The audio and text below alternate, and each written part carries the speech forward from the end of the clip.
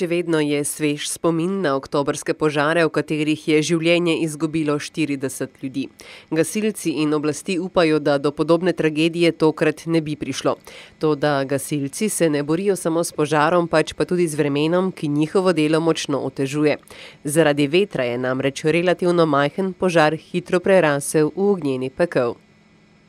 It started as a small fire in Santa Paula and it's grown to 45,000 acres. It was just exponential, huge growth because the winds 50 mile an hour out of the east were just pushing it and growing it very, very large very quickly. Izčrpljujočo bitko s požari bije več kot 1000 gasilcev, ki se zaradi slabega vremena ne morejo zanesti na pomoč letalskih tankerjev. Vremenska napoved za jutrišnji dan ne prinaša upanja, da bi bilo delo gasilcev vsaj nekoliko lažje. Our projected weather for tomorrow is 75 degrees, 4% relative humidity with winds 33 miles per hour out of the northeast. The brush burning index, that's a number that we rate the threat of a brush fire. For tomorrow is 296. This is the highest number I've ever seen in my career. The threshold for this rating is 165. Monday, I'd said that to the mayor that this is the highest number I'd ever seen. That was at 266. So tomorrow it's even higher. Požari so doslej uničili več kot 150 domov. Oblasti pa so pozvale k evakuaciji več tisoč prebivalcev na ogroženih območjih. Za nekaj časa je bila prekinjena oskrba z elektriko, zaprte so bile številne šole in najmanj ena oseba je izgubila življenje. Mnogim požarom, ki pustošijo na jugu Kalifornije, se je v sredo pridružil še velik požar v prestižnem predmestju Los Angelesa Bel Air.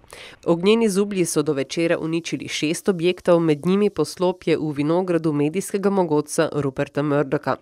Boj s požari na različnih koncih od gasilcev zahteva veliko improvizacije.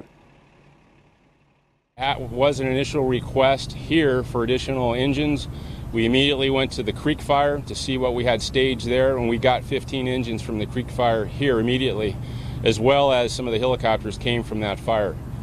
So we're being creative, we're seeing what options we have, and we're doing everything we can now to maintain public safety. Boj z ognjem traja že dobre 4 dni in glede na vremensko napoved je pred gasilci vse še nekaj dni gašenja. Številne gasilske enote zato skušajo omejiti požare in jih obdržati pod nadzorom do takrat, ko se bo veter vsaj nekoliko polegel. Greatest threat is and will always continue to be the wind. If the wind dies down, we'll get a handle on this. We're in the middle of a week-long red flag condition. We're not done. My firefighters have been working since Sunday, so our people are getting tired.